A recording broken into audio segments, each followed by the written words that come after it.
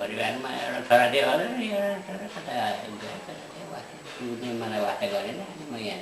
बसिरहेको छोराले हेला गर्यो छोराले के काम गर्छ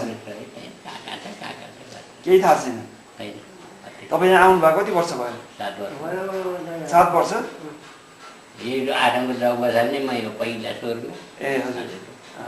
अहिले कस्तो छ तपाईँलाई खै के छ हजुरको अस्ति के भामलाई लगाएर यहाँ हात खाइदिन्छ हजुर यो मेरो हात दुखिरहेको छ हात खाइदिन्छ हजुरलाई लगाइनु भएन हस्पिटल जाँदा पनि भएन तपाईँको तपाईँको नाम चाहिँ के हो रामबहादुर मगर तपाईँ घर चाहिँ कहाँ हो मेरो जन्म घर चोबार हो चोबार अनि तपाईँ यहाँ कति वर्षदेखि बस्दै हुनुहुन्छ म अहिले 3 वर्ष हो 3 वर्ष भयो तपाईँलाई कस्तो छ अब सुख दुःख भुल्दैछु तपाईँलाई यो आश्रममा बस्दाखेरि कस्तो लागेको छ ठिकै छ राम्रै भन्नु पर्यो योभन्दा अगाडि कहाँ बस्नुहुन्थ्यो नयाँ बानेश्वर कोसँग बस्नुहुन्थ्यो म एक्लै बस्नुहुन्थ्यो अनि काम गरेरै आफ्नो जीविका चलाउनु आफ्नै जीविका गरेर बसेको थिएँ दोकान थियो तपाईँलाई अब कुशी औँसी आउँदैछ तपाईँलाई छोराछोरीहरूको घर छोराछोरी छैन कोही छैन मेरो परिवारमा कोही पनि छैन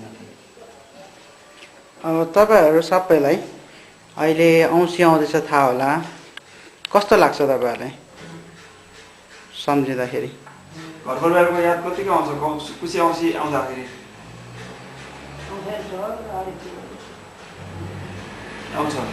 खुसी औँसीमा घर परिवारको याद धेरै आउँछ तर तपाईँलाई छोराछोरीहरू तपाईँको छोराछोरी भएको कहिले पनि तपाईँलाई वास्ता गरेन खोज तलास कहिले पनि गरेन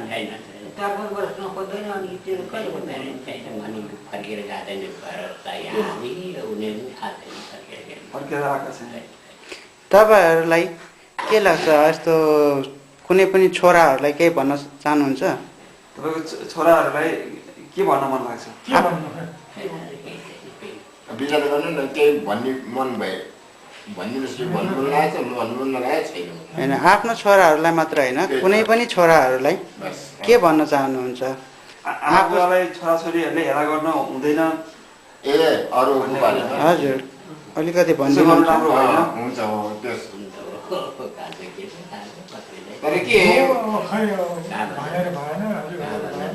त्यसो गर्नु राम्रो होइन के भन्छ त्यही बजुर्गको